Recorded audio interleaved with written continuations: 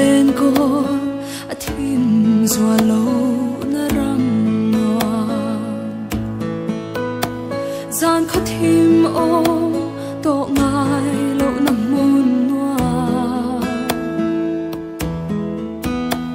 lùng ngại chum bụi zin tổ lâu na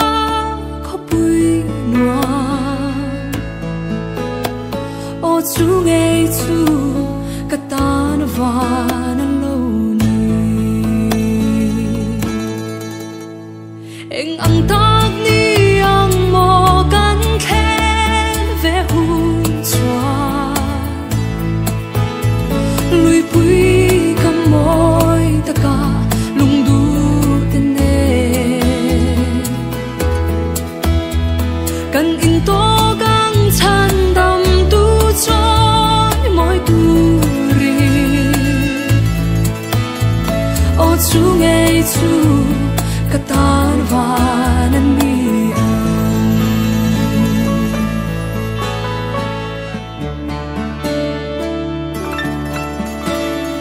anh chia thiam lâu na ôm tổ lâu na mun noa lung roa lâu na ta za lên na mun tu thiên la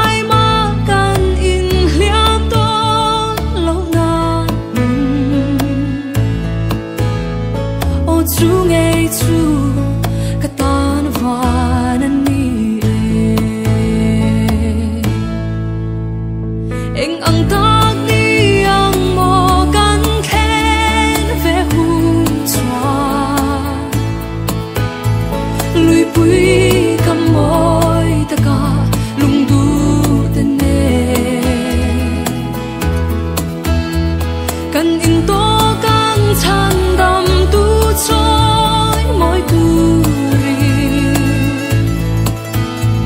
ô chú nghe chú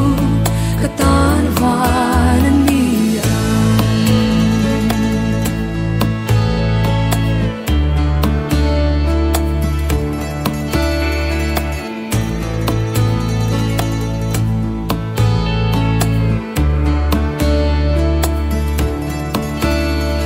mà kinh na y xoa men gần mù về hôn xoa mà ngay nó đang dòng chú ở đại tô ang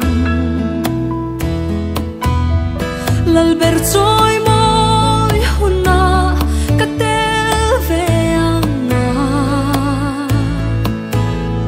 ô chú nghe chú cả ta nó và nên đi anh ăn tắc đi ăn mò cắn khen về hôn choa lùi bụi cầm môi ta cả lung du tên nè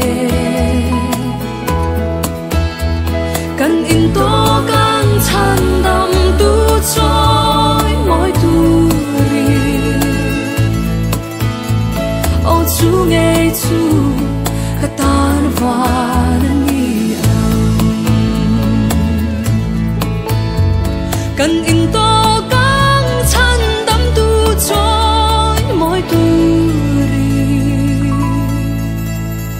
ô chú nghe chú cả ta nó và nên đi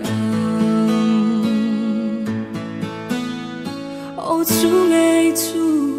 cả ta nó và anh